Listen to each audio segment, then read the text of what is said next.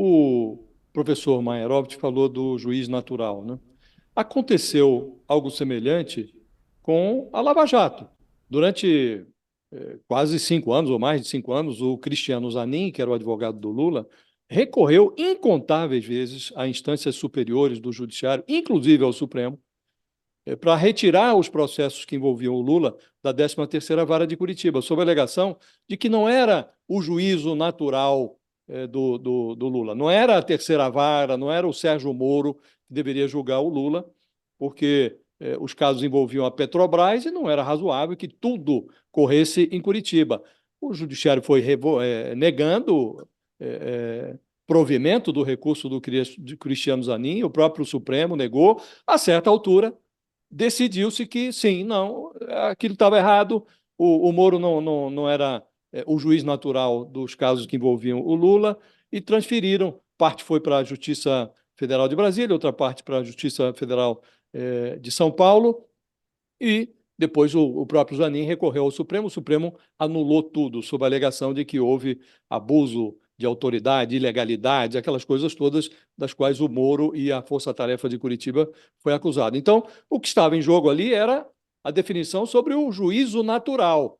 Cabia à 13ª Vara de Curitiba julgar o Lula? O Supremo, com 5 anos de atraso, entendeu que não. Aqui se dá algo semelhante. Cabe ao Supremo julgar o Roberto Jefferson. A diferença é que o Supremo é o Supremo. Então, na hipótese de o Supremo decidir pela manutenção do processo contra o Jefferson ali, na última instância do Judiciário, a quem vai se recorrer? A ninguém. Então, é disso que nós estamos falando aqui. Por vezes, o Alexandre de Moraes tem sido acusado de exorbitar dos seus poderes. Diante dessa conjuntura, nós já enfrentamos um sem número de casos em que os processos foram anulados, inclusive com condenações por questões processuais e não pelo mérito das acusações contidas nos processos. Num instante como esse, numa conjuntura tão envenenada, o Supremo deveria ser muito rigoroso na definição deste assunto. O que é que deve realmente tramitar no Supremo e o que deve descer para a primeira instância. Então, essa questão do juiz natural, ela se tornou crucial no Brasil, porque disso resultaram cancelamentos de sentenças sobre as quais havia pouca dúvida quanto ao mérito dos processos, né? Então, é realmente muito grave, não é uma questão secundária. Risco, então, Fabiola, Josias, a sua análise, muito boa a sua análise. Pode Fabiola, colocar em risco, então, Josias, esse inquérito e essa investigação do 8 de janeiro, exatamente esse caso do Roberto Jefferson, porque a defesa dele fala, ele estava em prisão, ele estava preso, ele não tinha acesso às redes sociais, não podia dar entrevistas, não podia receber qualquer visita. Como que ele pode ter uma ligação com o 8 de janeiro?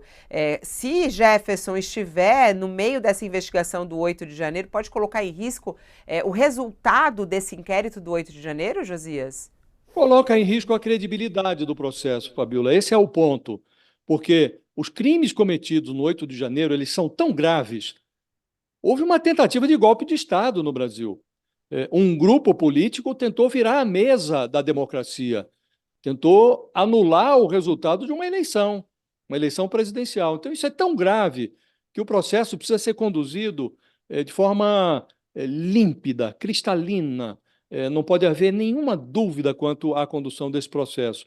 E não é concebível que, para impor ao Roberto Jefferson uma condenação, o Supremo tisne com essa mácula da ilegitimidade esse processo que é, como disse, muito grave, é um crime muito grave e exige que a punição seja igualmente severa. E não dá para ficar, por conta de questões secundárias, o Roberto Jefferson precisa ser punido, mas isso pode ser providenciado pela primeira instância.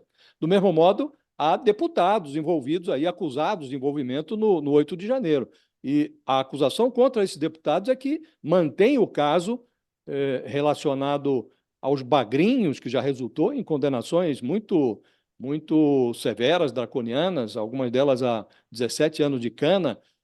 O Supremo mantém o julgamento desses personagens que não dispõem de prerrogativa de foro ali, no ápice, no topo do judiciário brasileiro, sob a alegação de que há deputados envolvidos e que, por conexão, o Supremo tem que julgar todo mundo. É preciso demonstrar, de forma muito cristalina, o envolvimento desses parlamentares, para que esse processo não seja, como disse, tisnado pela mácula da ilegitimidade, da dúvida quanto ao foro adequado, quanto ao juiz natural. O crime é muito grave, não dá para a gente ficar brincando com o método.